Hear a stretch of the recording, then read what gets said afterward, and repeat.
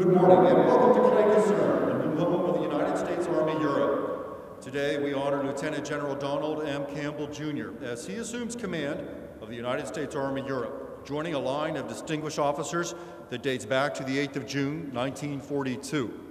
At the conclusion of today's ceremony, we request that you remain in place until the official party has departed. The reviewing officer for today's ceremony is Admiral James G. Stavridis, the Commander, United States European Command. The Commander of Troops is the Deputy Commanding General, United States Army Europe, Major General James C. Boozer. His staff consists of the G1, Colonel Michael R. Matthews, the G2, Colonel Jim Lee, the G3, Colonel Patrick Anthony Clark, and the G4, Colonel Ron Green. Today's color guard is provided by Headquarters and Headquarters Battalion, the United States Army Europe, and the Landeskommando Hessen. It is under the direction of Command Sergeant Major David S. Davenport, the Command Sergeant Major for the United States Army Europe. Providing today's music is the United States Army Europe Band and Chorus under the command of Major Bruce R. Pulver. The salute battery is from the 529th Military Police Company and is led by 2nd Lieutenant Dustin Tootin and Sergeant First Class Richard Brinkley. The formation standing before you proudly represents the units assigned to and supporting the United States Army Europe. Those units currently deployed stand in today's formation with their colors cased. Special guests in attendance today are Herrn Minister President Volker Bouffier, the Minister President of Hesse, Ambassador Robert Mandel, the American Ambassador to Luxembourg, Lord Mayor Dr. Helmut Muller, the Lord Mayor of Wiesbaden, Herrn Lothar Binding, as a Member of Parliament for the Federal Government, Herrn Norbert Cartman, the President of the Hessen Parliament, Professor Dr. Louise Holscher, the Undersecretary of the Hessen Finance Ministry, Ambassador Larry Butler, the EUCOM Civilian Deputy to the Commander and the Foreign Policy Advisor, Herrn Peter von Unruh, Director of the Hessen State Parliament, Herr Alois Karl, Member of Bundestag. Also with us today are the Land Forces Commanders or Chiefs of Armies or Security Forces from Albania, Bulgaria, Germany, Kosovo, Lithuania, Poland, and Romania. And finally, also joining us today is Mr. Kevin Milas, the U.S. Consul General in Frankfurt. At this time, please stand for the invocation offered by the United States Army Europe Command Chaplain, Colonel David C. Moran. Let us pray. Mighty God, in whom we find strength in time of need, salvation in battle, hope when weak in spirit, we call on your name, asking your presence. We are mindful of your goodness and in need of your grace. Add your blessings to our feeble attempts to honor Lieutenant General Donald Campbell. Add sacred conviction to promises and commitments made today. Bring to mind our solemn oaths to country, service, duty. Grant us faithful and honorable friendship with our partner nations. Give each of us a hunger for your divine leadership, that we may stand firm until the end, holding fast to our compassionate covenant and divine privilege of leading and caring for the soldiers and families you entrust to us. We ask in your holy name, amen. Please remain standing for the arrival of the official party and the rendering of honors to Admiral Stavridis.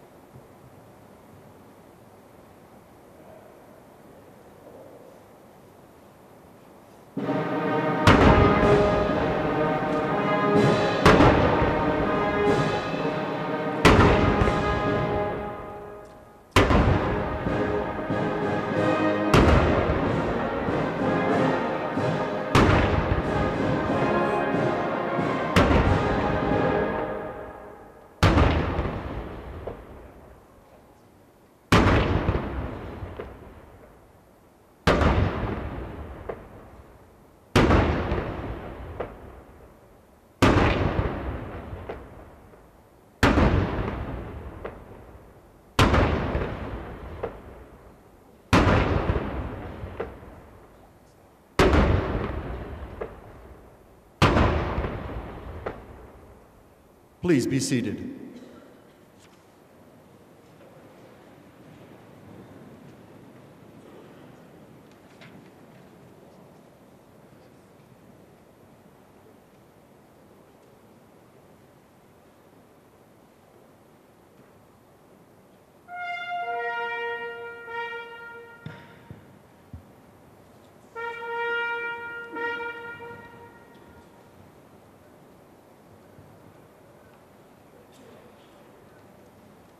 At this time, Specialist Richard Shepard from the 21st Theater Sustainment Command, the United States Army Europe Soldier of the Year, will present a bouquet of yellow rosebuds to Mrs. Campbell.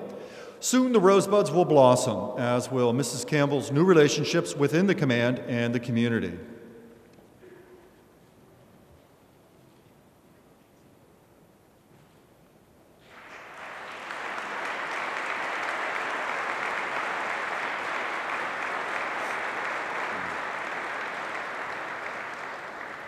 In keeping with military history that can be traced to the Middle Ages and Army tradition originally outlined in Baron Friedrich von Steuben's Blue Book, the commander of troops will escort Lieutenant General Campbell on an inspection of the command.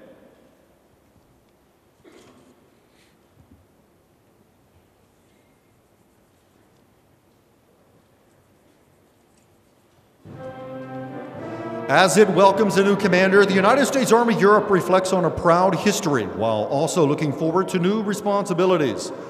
What will remain unchanged is the command's indispensable role in maintaining transatlantic bonds and ensuring the security of the United States, our allies in the North Atlantic Treaty Organization, and our partners.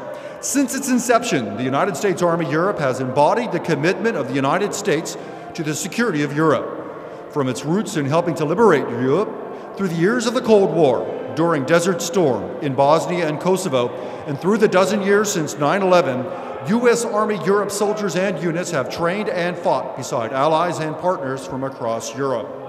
The command is smaller, in line with its changing functions and missions, and we continue to restructure and to consolidate. By 2017, the United States Army will have approximately 30,000 soldiers at enduring communities in Germany, the Benelux, and Italy. The United States Army Europe remains America's strategic forward enabler and the United States' best means to build the partnerships and interoperability needed for combined operations and future contingencies. An assumption of command is a time to look forward. The United States Army Europe, as it welcomes a new commander, looks ahead to its new missions and responsibilities to guaranteeing U.S. and European security and to sustaining alliances and partnerships built over many years and many different mission sets. The command is responsible for supporting all United States Army soldiers, civilian employees, and their family members, as well as for training U.S. Army forces in theater. Stability with a visible deterrent force, while at the same time maintaining a forward deployed forces capable of supporting U.S. national policy objectives throughout the U.S. EUCOM area of responsibility.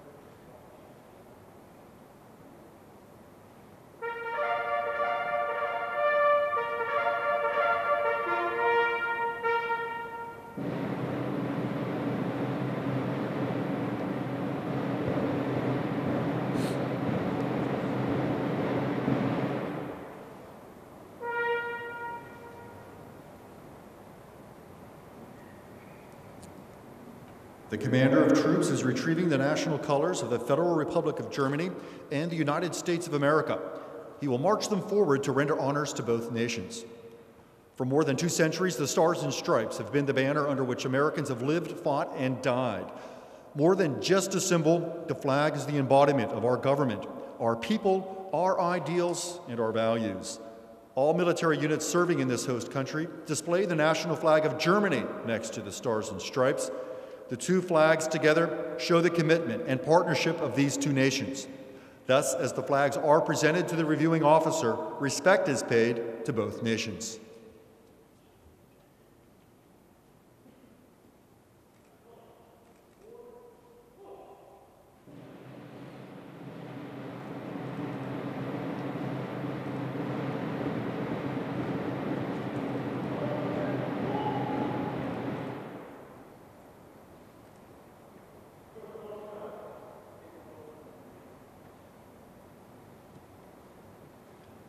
Ladies and gentlemen, please stand for the singing of the national anthems of the Federal Republic of Germany and the United States of America.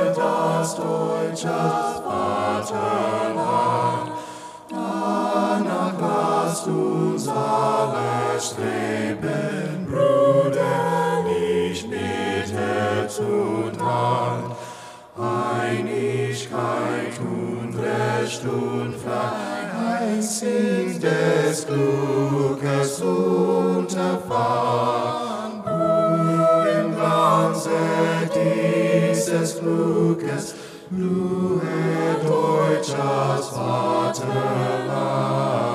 Nur im Glanze dieses Glückes blühe deutsches Vaterland.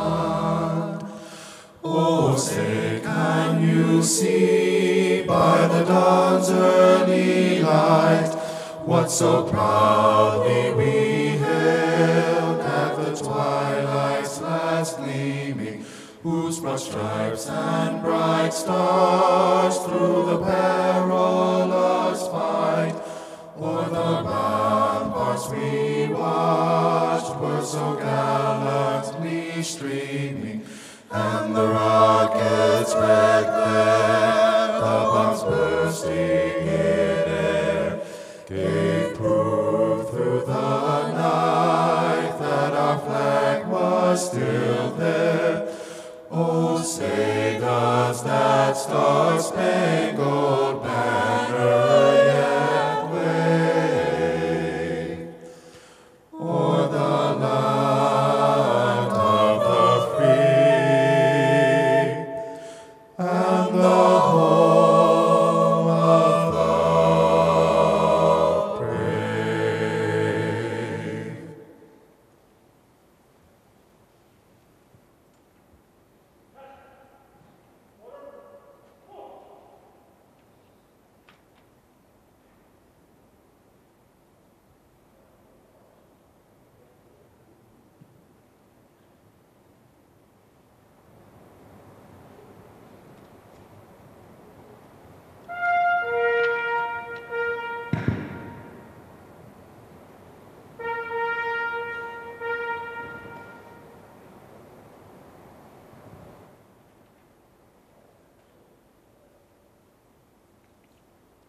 Ladies and gentlemen, please be seated.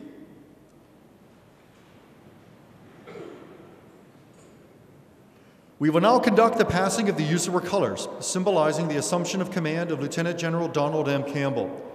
The very soul of a military unit is symbolized in the colors under which it fights, for they record the glories of its past, stand guardian over its present, and ensure inspiration for its future.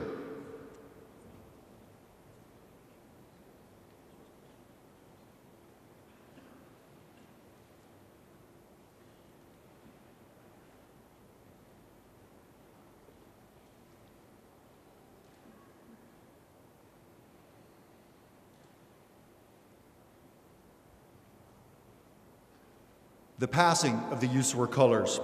Headquarters, United States Army Europe, under the provisions of Army Regulations 600-20, the undersigned assumes command of the United States Army Europe. Signed, Donald M. Campbell, Lieutenant General, United States Army.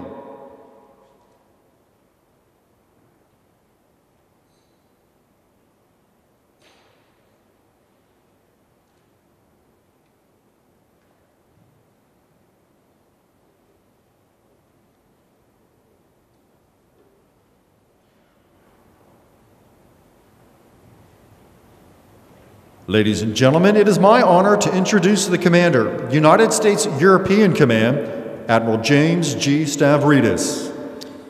Well, good morning, everybody, and to our German friends in the audience, guten Morgen. It's fabulous to be here in this spectacular auditorium full of soldiers, full of this wonderful U.S. Army Europe team. But I want to really begin by saying a word about Wiesbaden.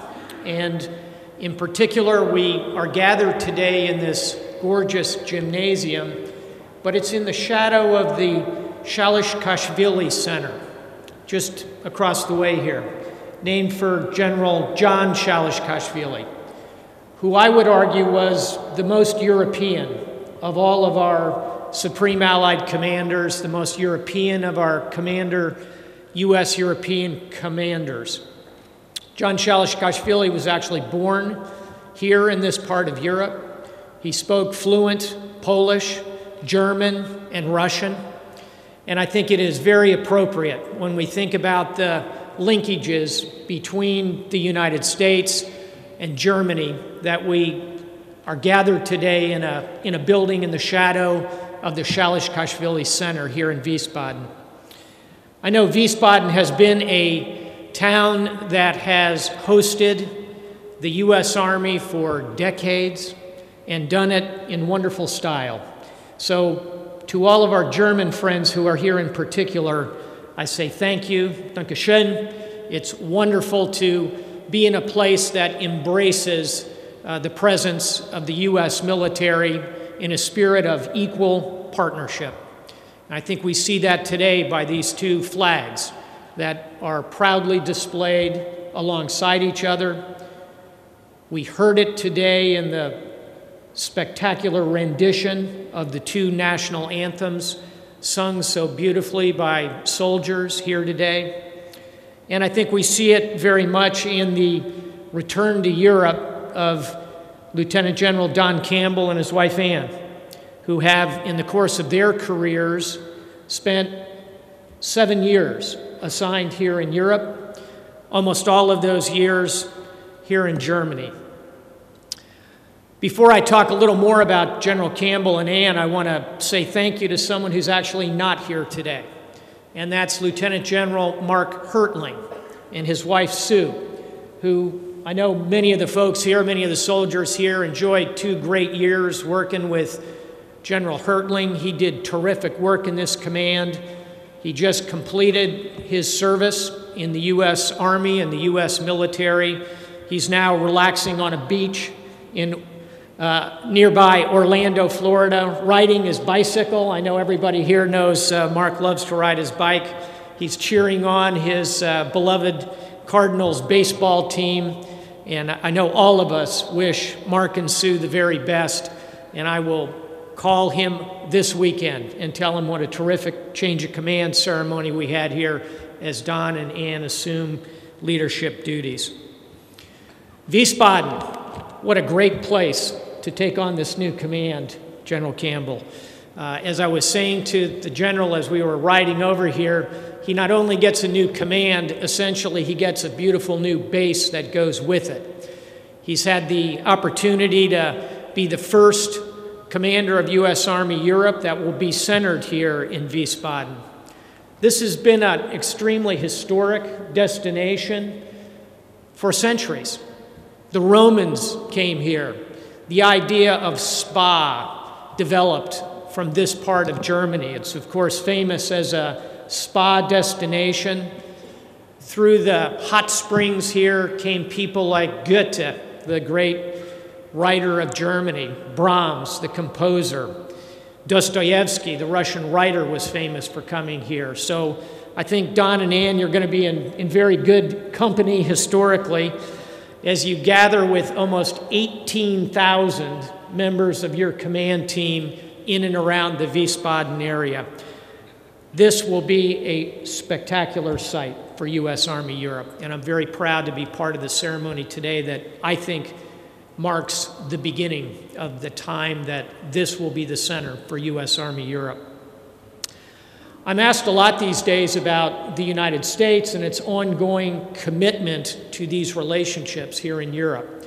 And I'd like to confirm for you the strong partnership and alliance not only of the United States with Germany, but with all of our European partners, many of whom are represented today by the generals who have come from the various land forces around Europe.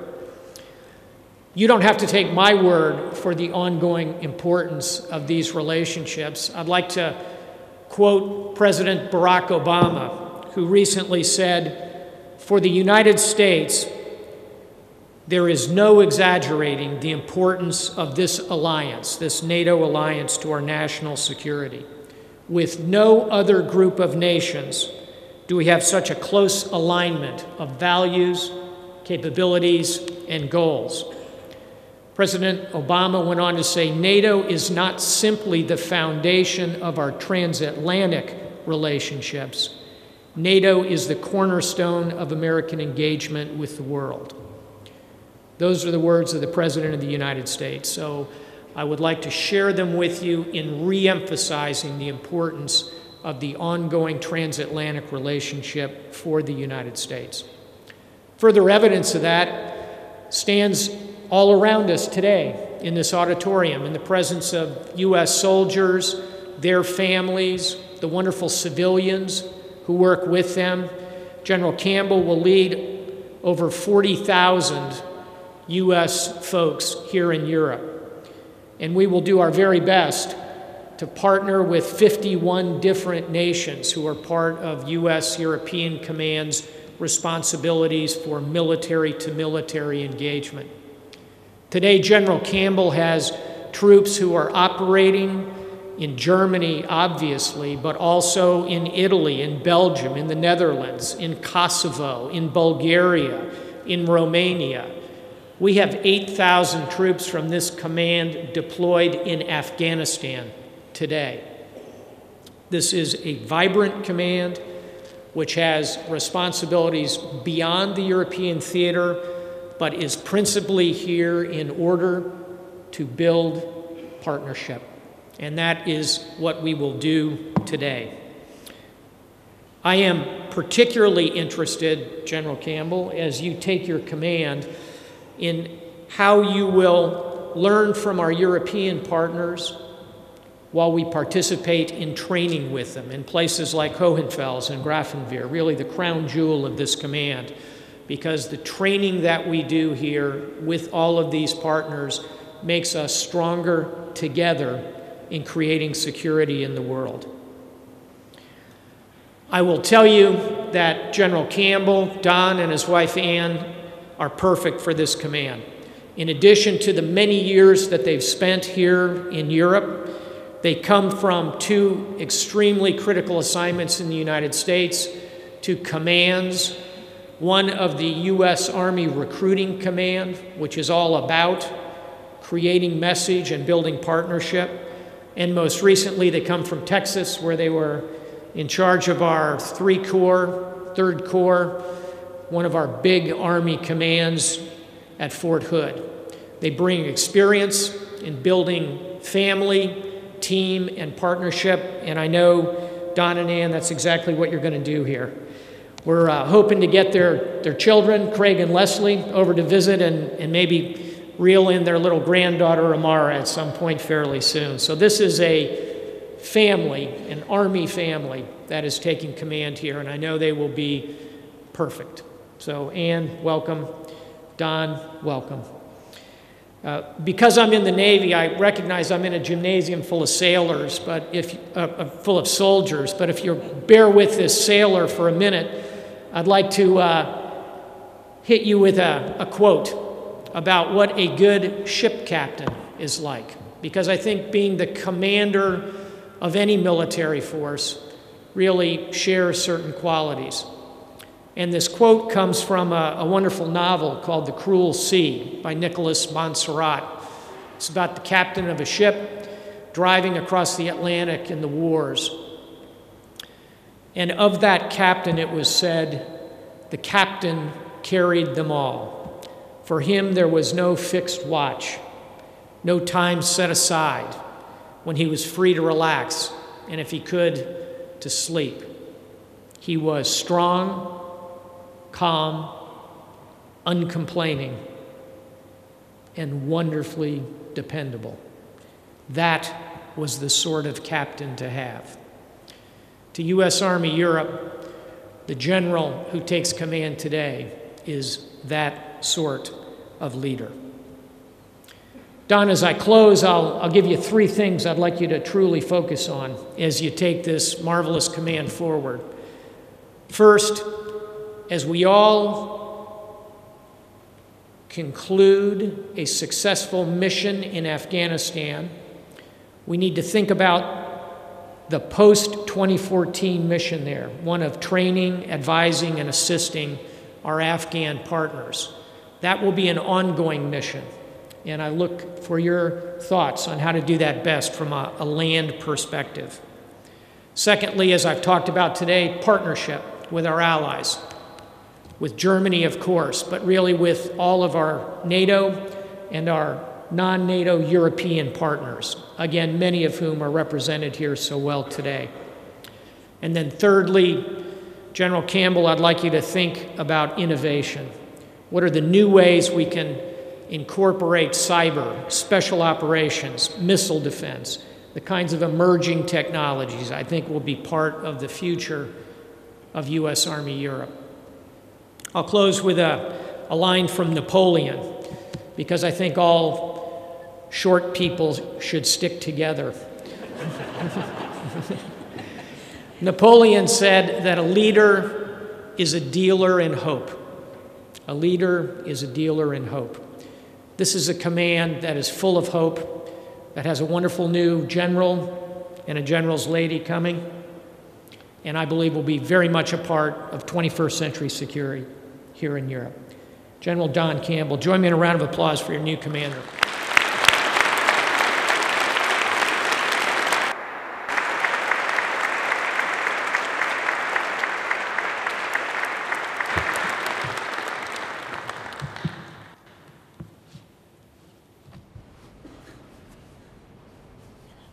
I think the Admiral did the introduction, so I'll move on. What a great day for an assumption of command. I'm honored to be here today as your USAR commander. Admiral Mrs. Stavridis, Herr Minister President Bouffier, Ambassador Mandel, Lord Mayor Dr. Mueller, fellow Land Force commanders, distinguished guests, commanders, command sergeants, majors, soldiers, civilians, and our USAR family members. Thank you for attending this ceremony this morning. It is an honor to be here with you all today, and it really feels great to be back in Deutschland, both to reconnect with old friends and to make new friends. Most of all, it's great to be joining this wonderful and storied USAR team. USAR for decades has been our nation's defender of freedom forward. Ann and I are truly humbled to be joining your ranks. First of all, I'd like to thank Command Sergeant Major Davenport and the non-commissioned officer team for putting on this terrific ceremony. Thank you, Sergeant Major, well done. The color guard looks sharp, the USAR band sounds fantastic, and the chorus offered 2 splendid renditions of our country's national anthems. Thank you for doing such an outstanding job. I'd also like to congratulate the troops standing before you. Thank you for your leadership. Please, ladies and gentlemen, give all these folks a round of applause.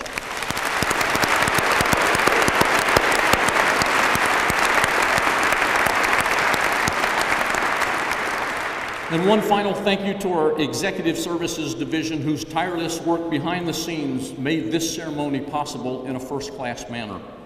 Admiral Stavridis and Laura, thank you for your many years of support to United States Army USAR community and mission. It has been with your support and leadership that USAR has been able to strengthen and sustain the many partnerships that we have throughout this theater, partnerships that are lasting. Thank you for your leadership as SACEUR and certainly as a EUCOM commander. Thank you, sir. I'd also like to thank our European friends and allies for attending today. Our European partners, many of whom are represented here, have stood side by side with us in many parts of the world for the last decade, in places like Iraq, Afghanistan, North Africa, and the Balkans, to name a few. These partnerships grounded in trust, remain the cornerstone for United States engagement within the world. Our European allies continue to be the most likely partners that America's sons and daughters will have on their left and right flanks when our nations call us to action. And this is why the USAR remains more vital today than ever, because partnerships and, more importantly, trust don't just materialize out of thin air. They have to be constantly nurtured and developed, and USAR is in a unique position to do just that. For the last 2 years, Lieutenant General Mark Hertling and Command Sergeant Major Davenport and this team have worked tirelessly to strengthen the relationships with our allies, visiting over 40 countries and making the case for strong partnerships. And I would be remiss if I too didn't recognize the leadership of Lieutenant General Mark Hertling and his lovely bride Sue for their years of service in USAR and to this USAR team. Mark, I salute you, and Sue, enjoy your well-deserved retirement. Along the way, they did challenge our units and our allies to think about the future of Europe and the U.S. Army's role here, a future post-Afghanistan, where threats to our security remain, but where the perceived sense of urgency is diminished. We have made impressive gains with our allies and partners over the last decade, but our challenge will be to maintain and build these gains in a post-war era of challenging resources.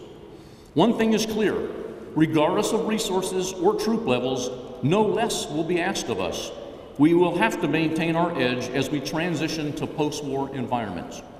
This means, as an organization, we'll need to focus on fundamentals again and on imperatives like discipline, comprehensive fitness, and teamwork.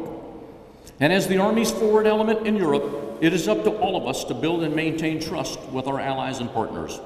Over the last decade, we have spent a lot of time together, training, fighting, and learning from each other. And we can't afford to lose that edge as combat operations wind down. Building trust starts with training, where we keep that edge sharp at places like the Joint Multinational Training Command, the crown jewel of the United States Army Europe. JMTC remains the world-class training environment for coalition and multilateral exercises. As a testament to that, recently, USAR's own 2nd Cavalry Regiment hosted Sabre Junction, the largest USAR training exercise since 1990, with over 19 allies and partners participating. This training event pitted our units up against a complex, hybrid threat in a realistic environment. That is the future of training here in the United States Army Europe. Realistic training as part of a coalition across the full spectrum. In a future where coalition operations will be the standard, JMTC is the standard. We also nurture partnerships through higher level leadership training in such places as Combined Forces Land Component Command Seminar, or in supporting the creation of a professional non-commissioned officer corps infrastructure, the real backbone of any modern-day Army. Training with our allies and our partners builds the trust that will carry us to victory on any battlefield in any place. But the bread and butter of what we do as an organization and our first line of effort is preparing our units for combat. Training and preparing for unified land operations remains our primary mission as an organization and my primary responsibility as a commander. Therefore, we will continue to focus our efforts on preparing combat-ready soldiers and units. The commanders and command sergeant majors that stand before you all have elements supporting up to 3 different combatant commands. They have soldiers deployed in Afghanistan, on intelligence security cooperation missions in Africa, or conducting logistics operations in support of contingency operations. And all of these units adhere to a set of standards and discipline, and they trained effectively for the singular purpose of completing their mission and bringing their soldiers home. These are the strong soldiers of USAR. But while all of this is going on forward, we can always depend on our host nation friends to be there for us. Whether it is enjoying fests together, communities out helping each other, or trips for our families, or just all that you do to share with us. Last month, I had the pleasure of attending the German-American Christmas concert at the Wiesbaden Kurhaus. And how about the USAR band and chorus? They were fantastic. That was a great example of the great relationships that we have with our German hosts. Thanks again to Lord Mayor Dr. Mueller for that wonderful event and allowing our troops to play in the Kurhaus. And speaking of thanks, a very special and much needed thanks to Anne for this, yes, our 24th move in 34 years of marriage. Yes, I did marry her when she was young. She looks a lot younger than I do. It's good Italian skin. And she's been by my side through this entire time. times of transition that have challenged us, and in the end, we have endured and embraced every move at every location. Thank you, Anne. I love you. And recognizing the burden faced by our military and civilian families, I make support of families one of my top priorities here in the United States Army USAR. Strong families and communities enable our soldiers to stay focused on the mission and strengthen our team as a whole. USAR is in a time of transition. Our headquarters has a new home in Wiesbaden. We are in the process of deactivating 2 long-storied brigades, and we are reducing our garrison footprint across Europe. This transition makes us leaner, better organized, and more agile. In the end, we will be better prepared to face the challenges of the future. And it's only in Europe, through the continuous building of trust with our teams, that our host nation partners, with our European partners, and the strong soldiers of USAR, that this can be done. Thank you for attending today. Strong soldiers, strong teams.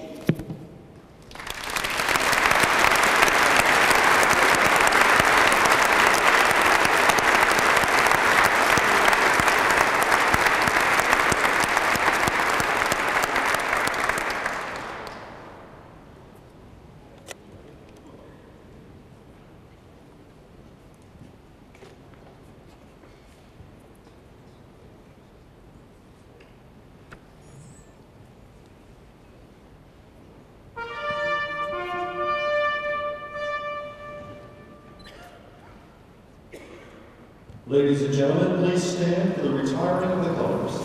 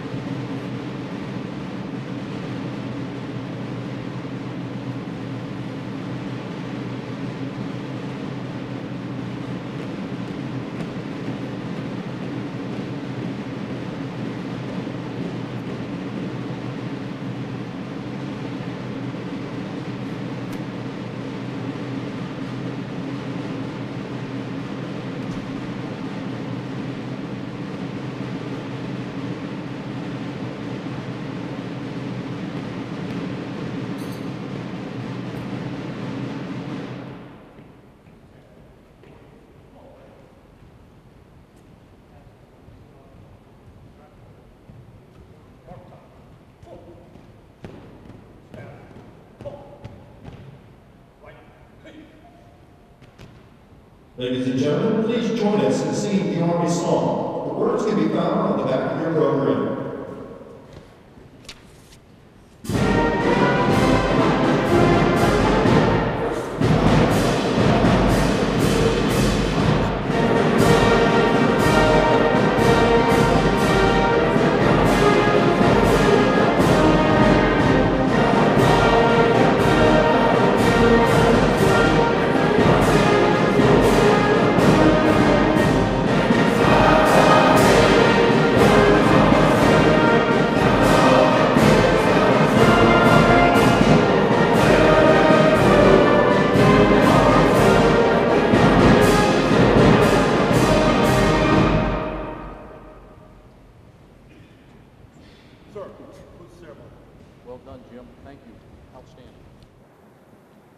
Ladies and gentlemen, this concludes today's ceremony. Please remain at your seats until the official party has departed the reviewing area. An invitation-only reception will begin immediately. Strong soldiers, strong teams. Thank you for attending.